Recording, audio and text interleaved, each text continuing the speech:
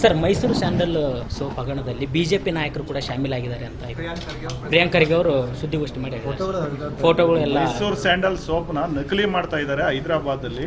ನಾನೇ ಕಣ್ಣಲ್ಲಿ ನಾನು ನೋಡಿದ್ದೀನಿ ಆ ಸೋಪ್ಗಳನ್ನ. ನಾನು ಎಲ್ಲೋ ನೋಡಿದ್ದೆ. ನಾನು ನೋಡಿದಂಥ ಸಂದರ್ಭದಲ್ಲಿ 2 ಥರ ಸೋಪ್ ಇತ್ತು. ನಮ್ಮ ಒರಿಜಿನಲ್ ಸೋಪು ಇತ್ತು, ಡೂಪ್ಲಿಕೇಟ್ ಸೋಪು ಇತ್ತು. ಸೊ ಗೊತ್ತಾಗ್ತಾ ಇತ್ತು ಇದು ಡೂಪ್ಲಿಕೇಟ್ ಯಾವುದು, ಒರಿಜಿನಲ್ ಯಾವುದು ಅಂತ. ಆ ಸೋಪು ಬಣ್ಣದಲ್ಲೇ ಒಂದು ದಿನ ಆದ ತಕ್ಷಣ ಆ ಸೋಪು ಓಪನ್ ಮಾಡಿದ ತಕ್ಷಣ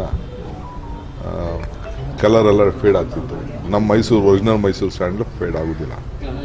ನಾನು 3-4 ಸತಿ ಇದ್ರ ಬಗ್ಗೆ ತನಿಖೆ ಆಗಬೇಕು ಅಂತ ಹೇಳಿದ್ದೆ. ನಾನು ಬಹುಶಃ ಒಳ್ಳೆ ಕೆಲಸ ಮಾಡಿದ್ದಾರೆ. ಅದು ಎಲ್ಲ ಹುಡುಕ್ತಾರೆ ಯಾರೇ ಆದರೂ ಕೂಡ. ಹಿಂದೆ ನಮ್ಮ ಮೈಸೂರು ಲ್ಯಾಂಪ್ಸ್ ಕೂಡ ಆಗ್ತಾಯಿತ್ತು. ಸೊ ಅದಕ್ಕೆ ಕಾನೂನು ರೀತಿ ಕ್ರಮ ಕೈಗೊಳ್ಳುತ್ತೆ.